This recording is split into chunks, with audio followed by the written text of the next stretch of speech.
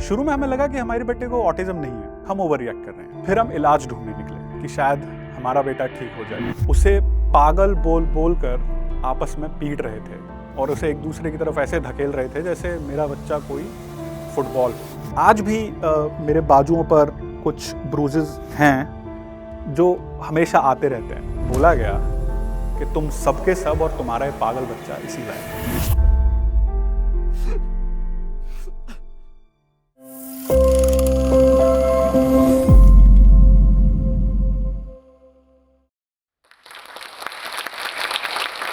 मैं एक राइटर हूँ जिसने कुछ पॉपुलर टीवी शोज़ लिखे हैं।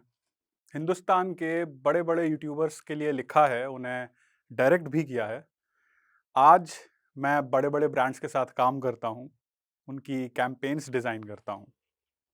इंडिया के फास्टेस्ट ग्रोइंग एडवर्टाइजिंग एजेंसीज में से एक को चलाता हूँ। मेरे टाइटल्स, मेरे रोल्स बदलते रहे हैं और बदलते रहेंगे, पर मेरी लाइफ का एक रोल है जो कभी नहीं बदलेगा।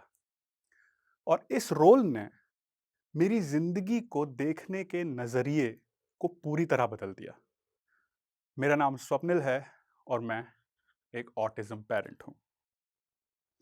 आज से 15 साल पहले अगर कोई मुझसे पूछता कि मेरी लाइफ की सबसे बड़ी इंस्पिरेशन क्या है, तो मैं कहता कि शायद कोई बहुत बड़ी फिल्म लिखना या वेब सीरीज या फिर किसी स्टूडियो का मालिक होना।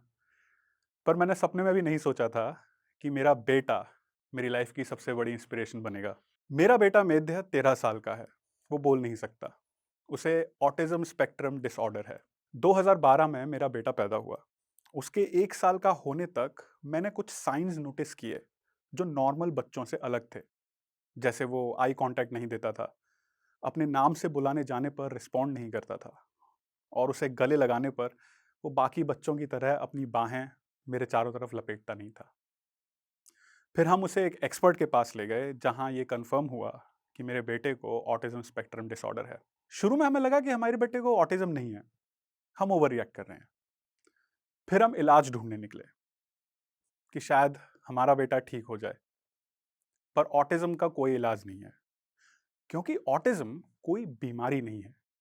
ये दुनिया को देखने और समझने का एक अलग नजरिया है जिसे एक्सेप्ट करने की जरूरत है। और यही एक्सेप्टेंस ऑटिज्म पेरेंट्स को अपने अंदर लानी होती है। मुझे खुद ही एक्सेप्टेंस अपने अंदर लाने में 5-6 साल लग गए। शुरू में मैं होपलेस था, कंफ्यूज्ड, यहाँ तक कि थोड़ा शर्मिंदा भी। पर इस सब के बीच एक इंसान था जो पूरी दुनिया से लड़ते हुए मेरे बेटे की फाउंडेशन तैयार कर रहा था। मेरी वाइफ ईवा। मेरी वाइफ ने मेरे बेटे के लिए सब कुछ छोड़ दिया। एक वेल पेइंग जॉब, अपना आराम, अपनी नींद। उसके पास जो भी कुछ था उसने हमारे बेटे के ऊपर उड़ेल दिया। और आज अगर मेरा बच्चा एक नॉर्मल अच्छी लाइफ जी रहा है तो उसका क्रेडिट मुझे नहीं, उसकी मां को जाता है। ऐसी ना जाने कितनी ही ऑटिज्म मदर्स आज ये चैलेंजेस फेस कर रही हैं। भीड़ से घिरी होने के बाद भी वो खुद को अकेला महसूस करती है। और इसकी वजह मैं अपने जैसे फादर्स को मानता हूँ, जो अपने बच्चे के ऑटिज्म से शर्मिंदा होकर अपने आप को काम में पूरी तरह डुबो देते हैं। सच कहूं तो मैं अपने ही बच्चे से शर्मिंदा था, और इतना कि मैंने उसकी थेरेपीज तक में जाना छोड़ दिया। मेरी वाइफ जॉब और घर संभालते हुए मेरे बेटे को थेरेपीज में लेके जाती थी, उसकी डाइट का ख्याल रखती थी, और मैं सिर्फ नजरें चुराता था। हमें ये तो याद रहता है कि पैसा परिवार और बच्चों के लिए बहुत ज़रूरी है, लेकिन हम ये भूल जाते हैं कि हमारा साथ उनके लिए सबसे ज़्यादा ज़रूरी होता है। आज मैं यहाँ खड़ा होकर पूरी दुनिया को एक्सेप्टेंस के ऊपर लेक्चर दे रहा हूँ, लेकिन मेरी ये जर्नी इतनी आसान नहीं थी। ये एक्सेप्टेंस लाने में मुझे 5-6 साल से ज़्यादा लग गए। पहले मैं भी ऑटिज्म को कोई बीमारी ही मानता था। मैं सोचता था कि एक ना एक दिन शायद मेरा बच्चा बोलने लगेगा, ठीक हो जाएगा। पर धीरे धीरे मुझ में चेंजेस आने शुरू हुए, और इस चेंज का रीज़न भी मेरी वाइफ थी। जिसकी मेहनत, जिसकी डेडिकेशन मैं अपने सामने हर रोज़ देखता था। वो बीमार होती थी, थेरेपीज़ में फ़ेल होती थी। जब स्कूलों ने मेरे बच्चे को निकाला, तब वही जाकर लड़ा करती थी और तब मुझे अपने ऊपर और ज़्यादा शर्म आनी शुरू हुई। मुझे लगा कि मेरा काम और कुछ नहीं, तो अपनी वाइफ़ को सपोर्ट करना है। धीरे-धीरे शुरुआत हुई, मैंने अपने अंदर चेंजेज़ लाने शुरू किए। आसान नहीं था, पर किया और उसका नतीजा ये है कि आज मैं अपने बच्चे को पूरी तरह से एक्सेप्ट कर चुका हूँ। मेरे बच्चे में कोई खराबी नहीं है। पर मेरे बेटे का ये सफ़र मेरी वाइफ़ और मेरे सफ़र से ज़्यादा मुश्किल रहा है। उसने ज़्यादा स्ट्रगल्स किए हैं क्योंकि सोसाइटी उसे एक अजीब नज़र से देखती थी, बल्कि अभी भी देखती है। मेधे को प्लेग्राउंड्स में जाना बहुत पसंद था, पर अब वो उनसे डरता है। एक दिन वो रोता-रोता घर आया। वो बोल नहीं सकता, तो खुद तो बता नहीं पाया कि क्या हुआ था। पर एक पड़ोसी से हमें पता पड़ा कि पड़ोस के कुछ बच्चे उसे पागल बोल-बोल कर आपस में पीट रहे थे और उसे एक-दूसरे की तरफ ऐसे धकेल रहे थे जैसे मेरा बच्चा कोई फुटबॉल हो। बुलिंग मेधे के लिए कोई नई बात नहीं थी। वो पहले भी बुली होता आया था, लेकिन उसने इन सब चीज़ों को इग्नोर करना सीख लिया था। लोग उसे पागल बोलते, वो हँसकर वहाँ से चला जाता। पर फिर एक दिन लोगों की बुलिंग शब्दों से आगे बढ़ गई। पर ये बुलिंग सिर्फ बच्चों तक लिमिटेड नहीं है। मैंने बहुत सारे पेरेंट्स ऐसे देखे हैं जो इन बच्चों के लिए अपने बच्चों से कहते हैं, इसके साथ मत खेलो, ये पागल है। मुझे याद है जब स्कूल वालों ने मेरे बेटे को स्कूल से निकाला था, ये कहकर कि ये बाकी बच्चों जैसा नहीं है और शायद बाकी बच्चों को इससे डेंजर हो सकता है। मेरे बेटे को ये बात नहीं समझ में आई थी कि उसे उस स्कूल से निकाला जा चुका है और उसे वो जगह इतनी पसंद थी कि वो बार-बार वहाँ जाने की ज़िद करता था। बल्कि कई बार खुद ही यूनिफ़ॉर्म पहन के तैयार हो जाता था और हमसे कहता था कि मुझे स्कूल लेके चलो। मेरी वाइफ़ और मुझे ये समझाते में बहुत अजीब लगता था कि अब तुम वहाँ नहीं जा सकते। एक्सेप्टेंस एक ट्रिकी वर्ड है। लोग ऑटिस्टिक बच्चों के लिए एक अलग तरह की सोच रखते हैं। ऑटिज़्म में इंसान अक्सर एक ऐसी स्टेट में एंटर करता है जिसे मेल्टडाउन कहा जाता है, जिसमें ऑटिस्टिक इंसान आपको कुछ समझाना चाह रहा है लेकिन वो उसे कम्युनिकेट नहीं कर पा रहा है।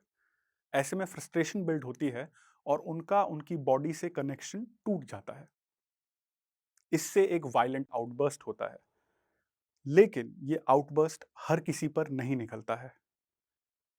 ऑटिस्टिक बच्चे और ऑटिस्टिक अडल्ट्स अपने मेल्टडाउन में ये एग्रेसिव आउटबर्स्ट सिर्फ उन लोगों पर निकालते हैं जिन्हें वो सबसे ज़्यादा ट्रस्ट करते हैं। अभी हाल ही में कुछ ऐसा हुआ, हम जयपुर के एक एडवेंचर पार्क में अपने बच्चे को लेकर गए क्योंकि उसे ट्रैम्पोलिन्स बहुत पसंद थे। वहाँ के स्टाफ ने एक ऐसी सिचुएशन क्रिएट की जिससे मेध का मेल्टडाउन हो गया। उसके बाद भी मेरे बच्चे ने खुद पे इतना कंट्रोल रखा कि उसका जितना भी एग्रेसिव आउटबर्स्ट था, वो किसी और के ऊपर नहीं, सिर्फ मेरे ऊपर निकला। आज भी मेरे बाजुओं पर कुछ ब्रूजेस हैं, जो हमेशा आते रहते हैं। और ये मेरी अकेले की कहानी नहीं है।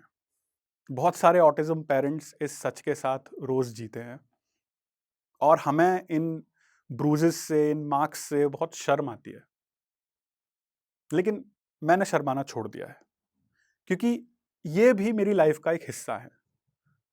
हम इन्हें इसलिए छिपा के रखते हैं क्योंकि हमें डर लगता है कि सोसाइटी हमारे बच्चे को जानवर समझेगी। जानवर हमारे बच्चे नहीं हैं। जानवर वो लोग हैं जो हमारे बच्चों को इस कंडीशन में पुश कर देते हैं। मेरे बच्चे को गुस्सा आया, मेरे बच्चे का मेल्टडाउन हुआ, लेकिन मेरे बच्चे ने ये ध्यान रखा कि किसी भी इंसान को चोट नहीं लगेगी। पर हाँ, उसका खामियाज़ा मेरे ऊपर निकला और सच कहूँ तो ये घाव, ये ब्रूजेज़ मैं लेने के लिए तैयार हूँ। लेकिन अगर दुनिया मेरे बच्चे को समझने लग जाए, तो ये कभी हो ही नहीं। एक चीज़ होती है डिस्क्रिमिनेशन, जिसमें आप किसी इंसान की तरफ भेदभाव करते हैं। लेकिन एक और डिग्री होती है जहां आप इनके खिलाफ ऐसे एक्शंस लेते हैं जो जस्टिफाइड भी नहीं होते हैं। मेरे बेटे को लिफ्ट्स बहुत पसंद हैं, उसे बड़ा अच्छा लगता है जब लिफ्ट्स का दरवाज़ा खुलता है, वो उन्हें देखता रहता है। तो एक पुरानी सोसाइटी में जहाँ हम रहा करते थे, वो अक्सर अपने फ्लैट के बाहर लगी लिफ्ट का बटन दबाता था, दरवाज़ा खुलता देखता था और वापस अंदर चला जाता था। ये बात हमारे ऊपर वाले फ्लोर पर रहने वाले एक जेंटलमैन को पसंद नहीं आई। उन्होंने मेरे से वर्बली ये बात करने की कोशिश की कि तुम लिफ्ट का दरवाज़ा मत खोला करो, लेकिन मेरे बेटे को वो बात समझ नहीं आई। गुस्से में आकर एक दिन उन जनाब ने मेरे बेटे को और मेरी फैमिली को, जब मैं घर से बाहर था, मेरे घर के बाहर से ताला लगाकर बंद कर दिया। और जब मेरी माँ ने उनसे पूछा कि आप क्या कर रहे हैं, तो उन्हें बोला गया कि तुम सबके सब और तुम्हारा ये पागल बच्चा इसी लायक है। मेरी माँ को आरडब्ल्यू के ऑफिस में बुलाकर उल्टा सीधा सुनाया गया। उन्हें ये तक कहा गया कि तुम किराएदार हो, औकात में रहो। और इसके बाद सोसाइटी ने कोई एक्शन नहीं लिया, बल्कि हमारे मकान मालिक ने उसके 1 महीने बाद हमें बोल दिया कि आप ये घर खाली कर दें। इस तरह का डिस्क्रिमिनेशन मेरे अकेले की कहानी नहीं है। ये लगभग हर ऑटिज्म फैमिली रोज झेलती है। मेरा बेटा बोलता नहीं है, लोग उसे गूंगा और पता नहीं क्या क्या बोलते हैं, लेकिन वो उसकी उस वो लोग उसके उस ऑब्स्टेकल को तो देख लेते हैं, लेकिन वो उसके तेज दिमाग और उसकी इंस्टिंक्ट को नहीं देख पाते। वो ये नहीं देख पाते कि मेरा बच्चा सारे वीडियो गेम्स खेल लेता है, बड़ी सी बड़ी पजल सॉल्व कर लेता है, और सबसे अच्छी बात जो मुझे अपने बेटे की लगती है वो है उसकी प्रॉब्लम सॉल्विंग स्किल्स, जिनसे मैं सीखता हूं। मेरे बेटे को आप कोई भी प्रॉब्लम दे दो, लेट्स से उसे कोई चीज चाहिए, और आप उसके और उसकी उस चीज के बीच में एक ऑब्स्टेकल क्रिएट कर दो, फिर आप देखो मेरा बेटा कितनी जल्दी उस ऑब्स्टेकल को रिमूव करता है। कोई भी इंसान जो आज अपने जॉब, अपनी लाइफ से परेशान है, मेरे बेटे और न जाने ऐसे कितने ऑटिस्टिक बच्चों को देखकर सीख सकता है कि हाँ, चैलेंजेस के साथ भी लाइफ बहुत अच्छे से जी जाती है। वो सभी पेरेंट्स जिनके बच्चे ऑटिज्म के साथ जी रहे हैं, उनका सबसे बड़ा डर यही है कि हमारे बाद हमारे बच्चे का क्या होगा। और एज अ सोसाइटी हम इन बच्चों और अडल्ट्स के लिए क्या कर रहे हैं? दुबई, सिंगापुर, लंदन जैसे कई सारे शहर आज खुद को ऑटिज्म सर्टिफाइड बना चुके हैं। यहाँ के लोगों में ऑटिज्म को लेकर अवेयरनेस और एक्सेप्टेंस आ चुकी है। यहाँ के पब्लिक स्पेसेस तक ऑटिज्म के अराउंड डिजाइन होते हैं, बल्कि वहाँ के प्राइवेट और गवर्नमेंट जॉब्स में भी ऑटिस्टिक लोगों के लिए जगह बनाई जाती है। और मैं बहुत आभारी हूँ जोश टॉक्स का कि उन्होंने मेरी कहानी को पता नहीं कहाँ से ढूंढा और उन्होंने मुझे यहाँ आने का मौका दिया। और मैं उम्मीद करूँगा कि मेरे जैसे और न जाने कितने पेरेंट्स और ऑटिस्टिक अडल्ट्स की कहानियाँ इस तरह सामने आएँ और ये लोग दुनिया के लिए एक इंस्पिरेशन बनाएं। So thank you.